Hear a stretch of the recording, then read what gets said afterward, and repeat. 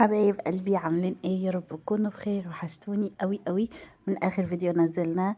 وحشني جدا يا بنات، عاملين ايه؟ يا رب تكونوا بألف خير وصحة وسلامة. طمنوني عليكم، يا رب تكونوا كويسين. يلا النهارده ندخل في فيديو جديد. لو عجبك الفيديو له لايك واشترك في القناة. اول حاجة النهارده عندنا المطبخ حرفيا كان متبهدل، روقنا سوا ويلا بينا ندخل في الفيديو على طول. في بنوتة امبارح بعتت لي رسالة غريبة قوي، أول مرة في حياتي يعدي عليا نوعية من دي من الرسائل. أول حاجة بتقولي أنا عندي 35 سنة، معايا 3 أولاد، في منهم اللي في حضانة وفي منهم اللي في ابتدائي، متجوزة داخلة في ال11 سنة. جوزي من الرجالة التقلية جدا جدا جدا، ما تاخديش منه أي رد فعل، اللي هو الرجالة باختصار اللي معتمدة على مراتها في كل حاجة، هي اللي تطبخ وهي اللي تغسل هي اللي تشتغل هي اللي بتربي العيال اللي بتودي مدارس كده، يعني الراجل اللي هو عايش ياكل ويشرب وينام فقط. المهم تقولي انا اتجوزت بقالي 11 سنة، حقيقة انا شفت معاه عذاب الدنيا، بهدلني كتير، وراني المر. كان في ايدي دايما ان انا اتطلق منه واسيبه، بس انا اخترت مصلحة اولادي، بالذات انا اولادي صبيان، فالصبيان دايما بيبقوا محتاجين والدهم بشكل كبير، فانا اخترت ان انا اعيش لولادي، اشتغل واربيهم واطلع فيهم حاجة اللي كان نفسي تبقى موجودة فيا. ضحيت بعمري وضحيت بشبابي، كان عندي استعداد ان انا افضل اكمل واضحي بحياتي كلها لاجل ولادي، لاجل مستقبلهم، لاجل سعادتهم، لاجل مصلحتهم. ما كانش عندي اي مانع ان انا افضل عايشه بشتغل وبتمرمط عشان خاطر ولادي وهو موجود كصوره فقط. ما عنديش اي مشكله، قلت مصلحه ولادي معاه ان هو يبقى موجود، بالذات انا ولادي من النوع اللي بيتعلقوا جدا، هما متعلقين بباباهم جدا. ومش بيقدروا يستغنوا عنه في أي حاجة، ولازم يبقى حتى لو موجود في البيت هما بالنسبة لهم هما كده مرتاحين وعايشين كويس. أنا بصراحة استغنيت عن حياتي واستغنيت عن كل حاجة عشان خاطر أولادي. المهم تقولي أنا حياتي كانت ماشية عادي جدا جدا، بستحمل كل الضغوطات اللي عليا، أكل شرب بيت طبيخ ترويق شغل، بودي مدارس وبجيب مدارس، بذاكر بتابع مع مدرسين، حياتي كلها مقضياها سحلة ما بين أطفالي وشغلي وبيتي، وهو عايش حتى مصروفه بياخده مني. بقيت حياتي كانت ماشية كويسة جدا جدا، مستقرة ومتعايشة على الوضع اللي أنا بقالي فيه 11 سنة. فجأة اجا قال لي إن والدته هتيجي تعيش معانا بشكل دايم، اللي هو على طول هتيجي تعيش معانا، لأن هي والدته ست متقاعدة وتعبت، فمحتاجة رعاية كاملة كاملة متكاملة. حتى الست مش بتعرف تقضي أي حاجة لوحدها، لازم حد بيساعدها دايما في كل حاجة. فطبعًا أنا كان رد عليه، هنا الكوباية اتكسرت وعورت لي إيدي. طبعًا أنا كان رد عليه إن ما فيش عندي مشاكل عادي، وكنت جدًا متقبلة الفكرة، بس هات حد يساعدني في رعاية مامتك، لإن أنا مش هاقدر إن أنا أخدمها بشكل كامل، لإن أنا طبعًا شغالة وفي حياة مسؤولة عنها كاملة. هو طبعًا رفض وقال لي: "لأ، مين اللي هييجي يساعدها؟ ما فيش حد هيساعدها، أنتِ هتسيبي الشغل وهتقعدي تخدمي في والدتي." طب إزاي؟ أنا شغالة وشايلة الدنيا، أنت حتى ما فيش ليك شغل، إن أنت حتى أنت بتاخد مصروفك مني باختصار يعني، هاسيب شغلي إزاي وأقعد أخدم في والدتك؟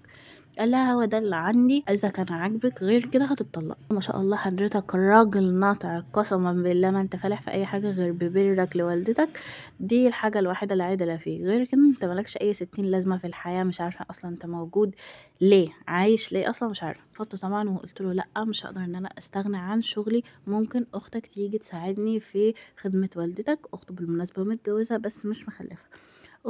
أختك تيجي تساعدني في خدمة والدتك، علشان حتى في الوقت بس اللي أنا باشتغل فيه، لإن هي هتكون لوحدها، وقُلت لكم قبل كده الست محتاجة رعاية كاملة متكاملة، يعني الست مش بتعرف تعمل أي حاجة لوحدها. خلاص ودّي والدتك عند أختك، هي تشيلها وترعاها، هي هتبقى أحسن لها مني بكتير، لإن أنا مش هاقدر إن أنا أساعد مامتك في الوقت اللي أنا باشتغل فيه.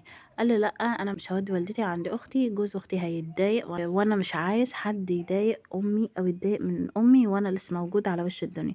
المهم ما علينا، هو طبعًا رفض وهي رفضت، فهو أخد الكلام طبيعي جدًا، ولا كأن حاجة حصلت وتمام، ومشّى الدنيا وقعد معاها أسبوع كامل ما فيش أي حاجة، والحياة كانت رجعت مستقرة تاني، إلى إن هي تتفاجأ إن الأستاذ باع الشقة من وراها وطلّقها غيابي، وبعت لها رسالة قال لها: "البيت اللي ما يشيلش أمي والست اللي ما تخدمش أمي ما تستاهلش إن هي تعيش فيه." طبعًا أنا جيت أدوّر على حقوقي كقانون، طبعًا هو باع الشقة من وراها، ما تعرفش ترجع الشقة تاني، وبعد كده طلّقها.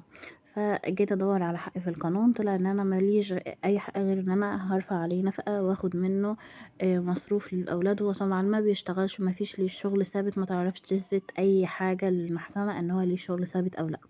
قالت لي انا ما عدتش عارفه اعمل ايه، انا اترميت في الشارع فجأة انا و3 اولاد. بقيت رامياهم في المدارس طول الوقت. ولادي اللي في ابتدائي بيروحوا مدارسهم الصبح، واشتركت لهم في حضانات ان هم يقعدوا، حبايب قلبي، ان هم يقعدوا في حضانة استضافة لحد ما هي بتخلص شغلها وبترجع تستلم ولادها تاني.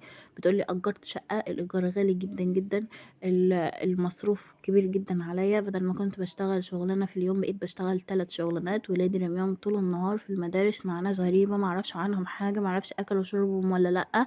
طبعا بيسألوني على والدهم دايما، انا مش عارفة ارد عليهم اقول لهم ايه. انا حياتي متدمرة، استحملت كتير جدا جدا جدا، وفي الاخر ما تمرش، في الاخر اترميت زي اي كلب في الشارع انا وولادي. بصراحة انا عمري في حياتي ما شفت كمية غباء وجحود وظلم وافتراء وغدر بالطريقة دي، عمري في حياتي ما شفتها.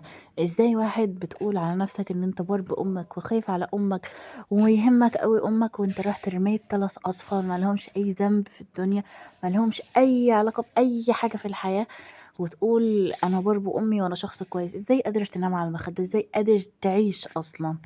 انت كافر وظالم وما عندكش دم. ربنا عمره ما هيسيبك، زي ما في بر الوالدين في بر الابناء، بس اللي زيك استحالة هيفهم الحاجات دي، واستحالة اصلا هتكون مقتنع بالكلام ده. بصراحة أنا شاكة في أمرك، هو مش حوار أمه ومش حوار إن هو علشان هي رفضت إن أمه تقعد وهي تخدمها، مع إن هي مرفضتش إن مامته تقعد. هي قالت أنا محتاجة بس حد يقعد يساعدني في خدمتها، مع إن هي أصلا ملهاش إن هي تخدم والدتك، وملهاش إن هي والدتك تيجي تقعد معاها. بس الست دي أصيلة ومحترمة، واحترمت إن فعلا لازم والدتك حد يشيلها، بس هي طلبت المساعدة علشان هي قايمة بدورك كراجل. انا اسفه في الكلمه، راجل خروف ملكش اي لازمه في الحياه. جات لك ست شايلاك وشايله بيتك، ده بتديك المصروف في ايدك، شايلاك وشايله بيتك وشايله عيالك وشايله حياتك كلها وشايله عنك مسؤوليه هي المفروض ما تكونش بتقوم بيها اصلا. وكمان ما منعتش، قالت ماشي ما عنديش مشاكل بس محتاجه حد يساعدني. ده ايه الكفر وايه الظلم ده؟ انت للأسف اخدتها كوضع استغلال، مش اخدت ان الست ديت او الزوجة ديت اصيلة وبتساعدك وبتعينك. انت اخدت ان ده حق مكتسب، وده العيب بقى، ده العيب بقى.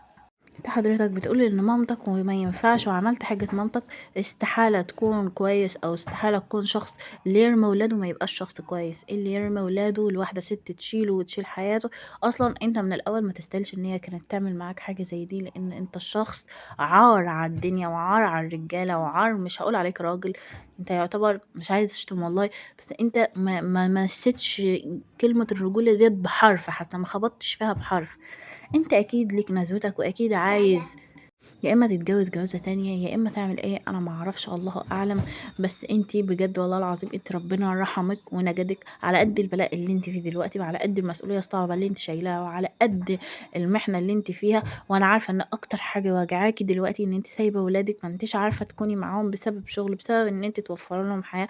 انا عارفة ان دي اكتر حاجة واجعاكي، هو مش همك ومش لازمك، بس هتعملي ايه؟ هو دوت اختبار ربنا ليكي، وربنا ما بيختبرش بني ادم غير لما بيكون بيحبه. انت ربنا بيحبك وهيقف جنبك وهيساعدك وهيعينك وهيعوضك عن تعبك وشقاك وصحتك وعمرك وشبابك اللي راح، وهيعوضك على كسرة قلبك وعلى كل حاجة. والله العظيم ربنا جبره في الآخر هيبقى ليكي حلو.